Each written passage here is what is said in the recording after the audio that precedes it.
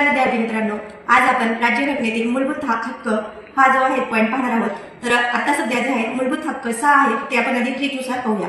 तर बघा, तर ट्रिक आहे आपली स स्वा शोधा सागा।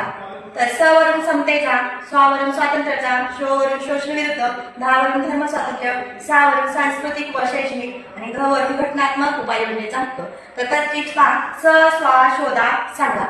तर आता हे जे हक्क आहेत आपले, तर एकूण 6 हक्क आहेत। तर त्याच्यामध्ये जे आहे आपल्या समतेचा हक्क कलम किती आहे, तर याच्यावर आपल्याला कलम विचारले जातात। तर ते कलम आहे समतेचा हक्क 14 ते 18, स्वातंत्र्याचा 19 ते 22, शोषण विरुद्ध 23 ते 24, धर्म स्वातंत्र्य 25 ते 28, सांस्कृतिक व शैक्षणिक 29 ते 30 व घटनात्मक उपाययोजनेचा हक्क जो आहे त्याचे कलम आहे 32 ते 35। तर आता आपल्याला हे सुद्धा ट्रिक्स लक्षात ठेवायचे। तर त्याची ट्रिक्स जे आहेत मी तुम्हाला सांगते। आता हे 14 ते 18, तर याच्यामध्ये किती संख्या येतात, तर याच्यामध्ये 5 संख्या येतात।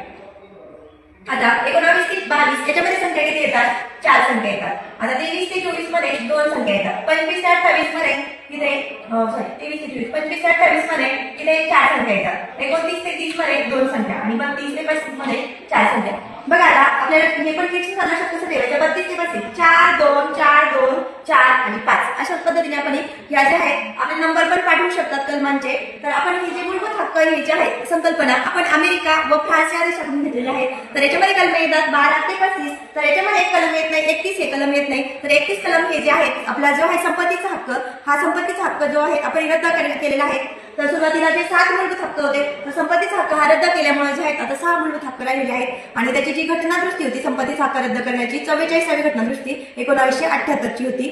तर अशा पद्धतीने जे आहेत आपण हे मूलभूत हक्क आज हे जे आहे ट्रिकनुसार पाहिलेले आहेत। तर थँक्यू।